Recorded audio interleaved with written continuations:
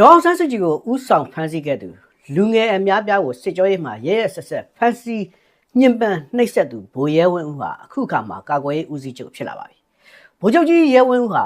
ဒီမက်လာတဲ့မှာမှကာကွယ်ရေးဦးစီးချုပ်အဖြစ်ယာရုတက်ခဲ့တာပါ။အခုတော့ဗိုလ်မင်းအောင်လှိုင်ရဲ့အရိုက်အရာကိုဆက်ခံပြီးစစ်တပ်တစ်ခုလုံးရဲ့ကာကွယ်ရေးဦးစီးချုပ်ဖြစ်လာပါတယ်။မြန်မာတပ်မတော်ရဲ့ထိပ်ဆုံးနေရာဖြစ်တဲ့ကာကွယ်ရေးဦးစီးချုပ်ယာရုကိုသွားလေသူကာကွယ်ရေးဦးစီးချုပ်ကလွှဲပြောင်းပေးရလေရှိတာဟာသူတို့တက်ရဲ့ဓမ္မရာဖြစ်ပါတယ်။အဲ့ဒီဓမ္မရာအတိုင်းပဲသွားလေသူဗိုလ်မင်းအောင်လှိုင်ရဲ့အရင်နှီးဆုံးဗိုလ်ရဲဝင်းဦးဟာကာကွယ်ရေးဦးစီးချုပ်ယာတုကိုအမွေရလိုက်ပါပြီ။2021ခုနှစ်ဖေဖော်ဝါရီလ1ရက်နေ့မှာဗိုလ်မင်းအောင်လှိုင်ကမဟုတ်မမှန်တဲ့လောက်ကျန်ဇလန်းတွေကိုအကြောင်းပြပြီးတော့အာဏာသိမ်းခဲ့ပါတယ်။အဲ့ဒါလိုအာဏာသိမ်းရမှာဒေါအောင်ဆန်းစုကြည်ရဲ့နေပြည်တော်မြနန်းဘုံသာလမ်းခြံမှတ်33ကိုစီနင်းသိမ်းပိုက်ခဲ့သူဟာစစ်ဖက်ရေးရာလုံခြုံရေးအရာရှိချုပ်ဒုတိယဗိုလ်ချုပ်ကြီးရဲဝင်းဦးပဲဖြစ်ပါတယ်။ဒေါအောင်ဆန်းစုကြည်ကိုဖမ်းဆီးခဲ့တဲ့စစ်ဗိုလ်ဟာ9နှစ်အကြာမှာကာကွယ်ရေးဦးစီးချုပ်ဖြစ်လာတယ်လို့ဆိုနိုင်ပါတယ်။ဗိုလ်ရဲဝင်းဦးဟာဗိုလ်မင်းအောင်လှိုင်တရိခန်တိုင်းစစ်ဌာနချုပ်တိုင်းမှုဘဝမှာစတင်တွေ့ဆုံတည်ကျွမ်းခဲ့တာဖြစ်ပြီးစစ်တပ်ထုံးစံအတိုင်းဝတ္တရားမပြတ်မျက်နှာချိုသွေးတာဖားတာစတဲ့အလုပ်တွေကိုလုပ်ခဲ့တယ်လို့ဆိုကြပါတယ်။ဗိုလ်ချုပ်မင်းအောင်လှိုင်ရဲ့ရောက်ခမအမှတ်နှစ်စစ်စေးရုံတက်နေရတဲ့အချိန်မှာဗိုလ်ရဲဝင်းဦးရဲ့ဇနီးဒေါ်နီလာကတစ်နှစ်လုံးလုံးကြာလူနာဆောင်လုပ်ပေးခဲ့တယ်လို့ဆိုပါတယ်။ဒါတွေကစစ်တပ်ထုံးစံတွေပါ။အထက်လူကိုအောက်လူကဖားရရုံသာမကအထက်လူမိန်းမကိုအောက်လူမိန်းမကလည်းဖားရပါတယ်။စစ်တပ်လောကဖားလောကပါပဲ။ဗိုလ်ရဲဝင်းဦးရဲ့ဇနီးကဒေါ်နီလာဖြစ်ပြီးတော့သမီးကတိတ်တင်စာရဲလို့ခေါ်ပါတယ်။သားကထက်ရဲနောင်လို့ခေါ်ပါတယ်။ဗိုလ်ရဲဝင်းဦးဟာညှိနှိုင်းကိုကရဲမှုကြီးရည်လေဗိုလ်ချုပ်ကြီးမောင်မောင်အေးနဲ့ခမိခမဲ့တော်ဆက်ပါတယ်။စစ်တပ်ထုံးစံမှာရှေးခေတ်ကဘရင်တွေလိုပဲသမီးတော်ဆက်တာပြီးတော့တန်ကင်းတမန်ကင်းတိဆောက်လေရှိပါတယ်။သမီးဘေးတမက်ယူစီးပွားဆက်တူလုံးလေရှိပါတယ်။ဒါဟာအစင်လာတစ်ခုပါ။အဲ့ဒါလိုအစင်လာမပြည့်ရအောင်သူသမီးတိတ်တင်စာရဲကိုဗိုလ်ချုပ်ကြီးမောင်မောင်အေးရဲ့အသားနဲ့ပေးစားထားတာဖြစ်ပါတယ်။ဗိုလ်ရဲဝင်းဦးဟာရန်ကုန်တိုင်းစစ်ဌာနချုပ်မှာစစ်ဦးစီးပထမတန်း G1 တာဝန်ယူချိန်မှာတော့ဗိုလ်မင်းအောင်လှိုင်ကိုအနီးကပ်စီယုံမှုအခွင့်အရေးပိုရခဲ့ပြီးတော့မိသားစုချင်းမှာရင်းနှီးအောင်ကြိုးစားခဲ့ပါတယ်။စစ်တပ်မှာမိသားစုချင်းရင်းနှီးမှုမိမချင်းရင်းနှီးအောင်ပေါင်းသင်းမှုတွေဟာအကျိုးမျှော်ပြီးနှိုးဆော်ကြတဲ့စီးပွားရေးလှုပ်ဆောင်ချက်တွေပဲဖြစ်ပါတယ်။ဒါကိုပဲသူတို့စစ်တပ်ခေတ်ဆက်ဆက်မှာမိဖို့ကြောင့်ဒီပလိုမေစီလို့လူသိများကြပါတယ်။ဒေါ်ကျူကျူလှနဲ့ဒေါ်နီလာတို့ရဲ့ဆက်ဆံရေးဟာဗိုလ်ရဲဝင်းဦးကာချုပ်ဖြစ်လာရေးအတွက်ရွှေလန်းငွေလန်းဖောက်ပေးခဲ့တဲ့ဆက်ဆံရေးလို့စစ်တပ်ခေါင်းဆောင်အများပြားကယုံကြည်ယူဆကြပါတယ်။ဗိုလ်ရဲဝင်းဦးက1966ခုနှစ်မှာမွေးဖွားတဲ့သူဖြစ်တဲ့အတွက်အခုခါမှာအသက်62နှစ်ရှိပါပြီ။60ကျော်မှကံပေါ်တယ်လို့ဆိုရမှာပါ။60ကျော်အရွယ်ဟာနေမရွေးညမရွေးဖြိုးကြဲဖြက်ကနေတည်သွားနိုင်တဲ့အရွယ်မျိုးဖြစ်ပေမဲ့သူ့အတွက်တော့အခုမှဘဝဆတယ်လို့ဆိုရမှာပါသူကံဟာအခုမှအကျိုးပေးလာတယ်လို့ဆိုရပါလိမ့်မယ်သူဟာအာနာသိန်း9နှစ်အတွင်းမှာလူငယ်များစွာကိုဖန်ဆီးညှဉ်းပန်းနှိပ်စက်မှုတွေရဲ့အဓိကတာဝန်ရှိသူဖြစ်ပါတယ်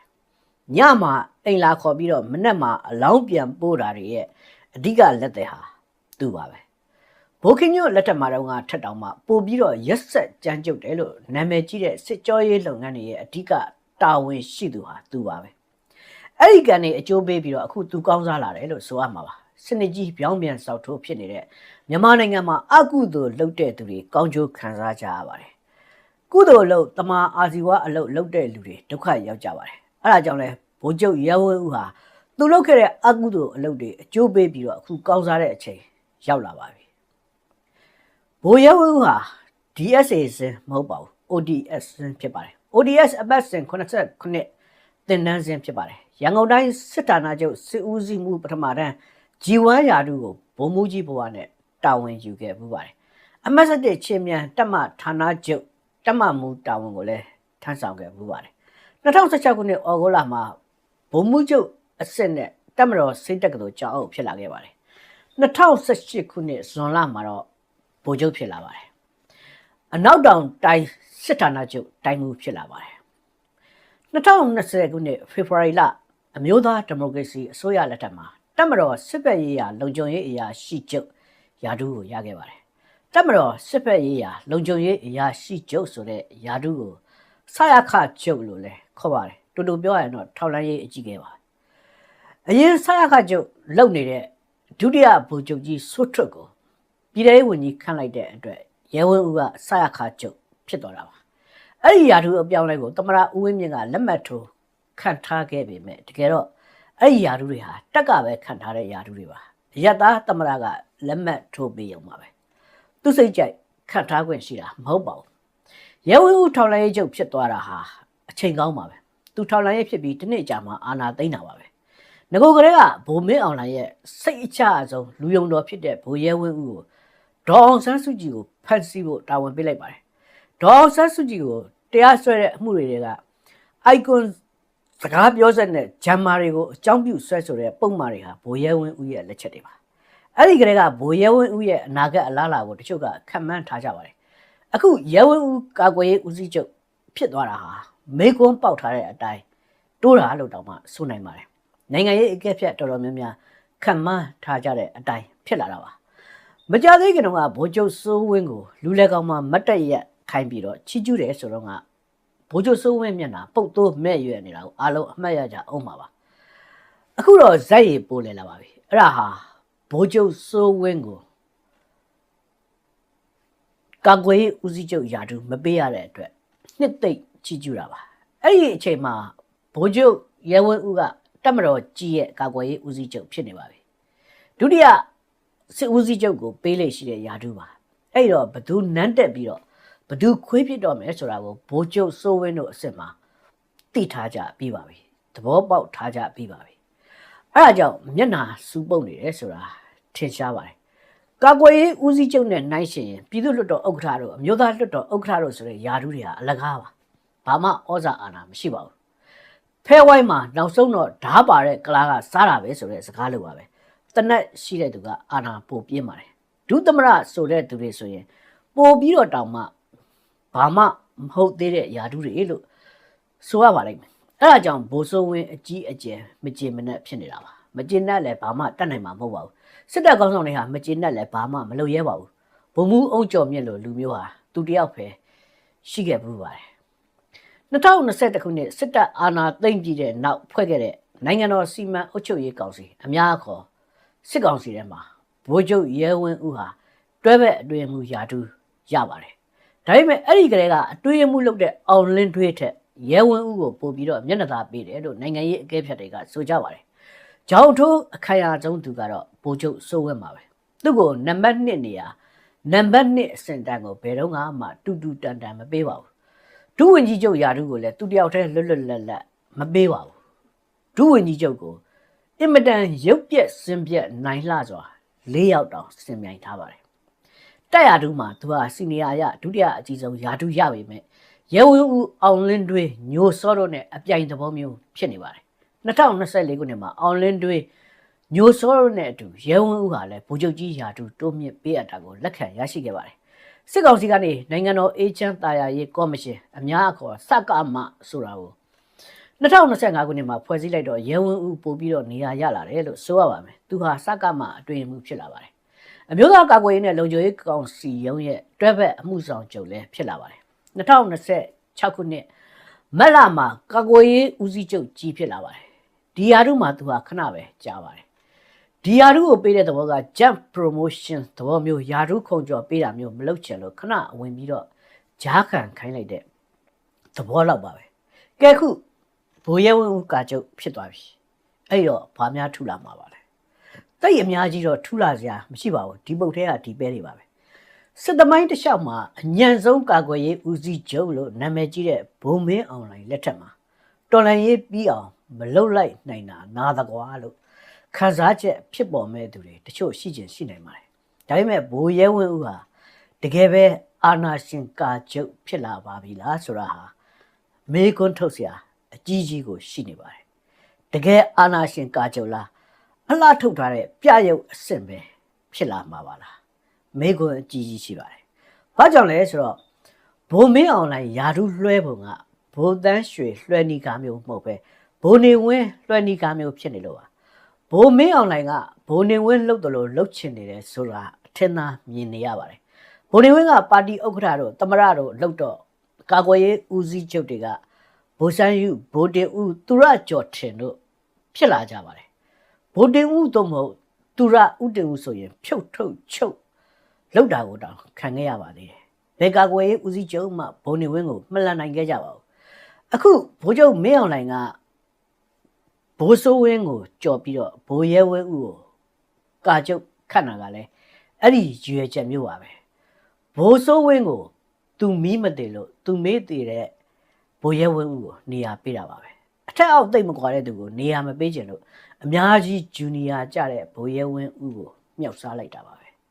စစ်တပ်မှာတော်တဲ့သူတွေနေရာမရတတ်ဘူးဆိုတဲ့စကားရှိပါတယ်တော်တဲ့သူကိုနေရာပေးလိုက်ရင်ပြန်လှန်မှာဆိုလို့လျှော်တဲ့သူကိုပဲနေရာပေးတယ်ဆိုတဲ့သဘောတရားပါဘိုးမင်းအွန်လိုင်းကိုယ်တိုင်ကအဲ့လိုနီးမျိုးနဲ့နေရာရလာတာပါဘိုးသိန်းစိန်တို့ဘိုးရွှေမန်းတို့အစရှိတဲ့စိတ်အာဏာရှင်တစ်ပိုင်းတွေကိုကြော်ပြီးတော့ဘိုးမင်းအွန်လိုင်းကိုအာဏာလွှဲလိုက်တယ်ဆိုတာဟာ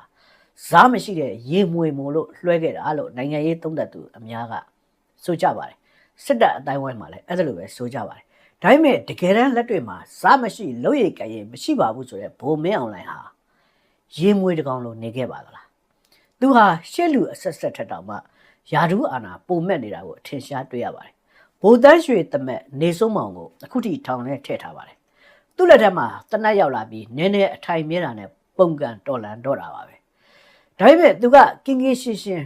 အနားယူသွားတာမဟုတ်ဘဲနဲ့နောက်ထပ်ယာဒူးကရှိနေအောင်မယ်ဆိုတော့ဘိုးနေဝင်းလှုပ်တယ်လို့သူလှုပ်နိုင်မှာပဲလို့သူကစိတ်ကူးရင်ပါတယ်ဒါပေမဲ့သူစိတ်ကူးရင်တယ်လို့ဖြစ်လာပါမလားဘိုးနေဝင်းလောက်သူ့လူတွေအပေါ်မှာသူမီးသေးပါမလားဘိုးနေဝင်းကခစ်ကောင်းအခါကောင်းအခြေအနေကောင်းကိုကြုံခဲ့ရတဲ့သူပါဘိုးမင်းအောင်လှိုင်ကတော့ခစ်ဆိုးအခါဆိုးအခြေအနေဆိုးကိုကြုံတွေ့နေရတဲ့သူပါဘိုးနေဝင်းကရဲဘော်သုံးကျိတ်ကလာသူဖြစ်ပါတယ်တက်စတင်ထူထောင်ခဲ့တဲ့သူတွေကတယောက်ဖြစ်ပါတယ်တက်အပေါ်မှာအဲ့ဒါကြောင့်သူကဩဇာညောင်းခဲ့ပါတယ်ဘိုးမင်းအောင်လှိုင်ကတော့အကြီးအချင်းမရှိဆုံးအညံ့ဆုံးကာကွယ်ရေးဦးစီးချုပ်လို့နာမည်ကြီးတဲ့သူဖြစ်ပါတယ်မဘသဘုံကြီးလိုလူမျိုးကတောင်မှစော်ကားမော်ကပြောဆိုတာကိုခံရတဲ့သူပါဒါအပြင်ယာရုအာနာငွေကြေးလောဘစောတိတ်တိုက်တဲ့နေရာမှာတခြားအာနာရှင်တွေထက်တောင်မှတာတယ်လို့ဝေဖန်ခံရတဲ့သူပါဒီတော့ဘိုးမင်းအောင်လှိုင်ကဘိုးနေဝင်းလောက်မိသေးဖို့ဆိုတာတော်တော်ခက်ပါလိမ့်မယ်ဘိုးနေဝင်းမှာကသူတည်တည်ချာချာတီထောင်ထားတဲ့မဆလာပါတီလည်းရှိပါတယ်ဘိုးမင်းအောင်လှိုင်အတွက်ကကြက်ခိုင်ရေးပါတီဟာငါပါတီပါပဲလို့ပြောချင်ပေမဲ့ရဲရဲမပြောရဲတဲ့ဘောအမျိုးပါအခြေခံဥပဒေကိုယ်တိုင်ကထိန်းချုပ်ထားတာရှိပါတယ်ကြက်ခိုင်ရေးကသူ့ပါတီဆိုလို့ရှိရင်သူကြက်ခိုင်ရေးကိုအခုလိုမျက်နှာသာပေးတာအခွင့်အရေးပေးတာတွေဒါတွေအားလုံးဟာဝိုင်းပြီးတော့ဒရွေးထွေးစရာကန့်ကွက်စရာတွေဖြစ်လာမှာပါဒါကြောင့်သူ့အနေနဲ့ကြက်ခိုင်ရေးကိုတိတ်တိတ်ပုံမယ်ချစ်ရတဲ့ဘောအမျိုးပါကြက်ဖွတ်ပါတီဟာငါပါတီလို့ပြောမယ်ဆိုရင်သူဟာသူမြမယားကိုကြာခွေရတယ်လို့တိုးတိုးတိတ်တိတ်အလောင်းပြောင်းခံရမဲ့အခြေအနေမျိုးဖြစ်နေပါတယ်ဒီနေရာမှာဘိုးရဲဝင်းဦးရဲ့အစွမ်းစားကိုအမှန်တကယ်မြင်ရတော့မဲ့အချိန်က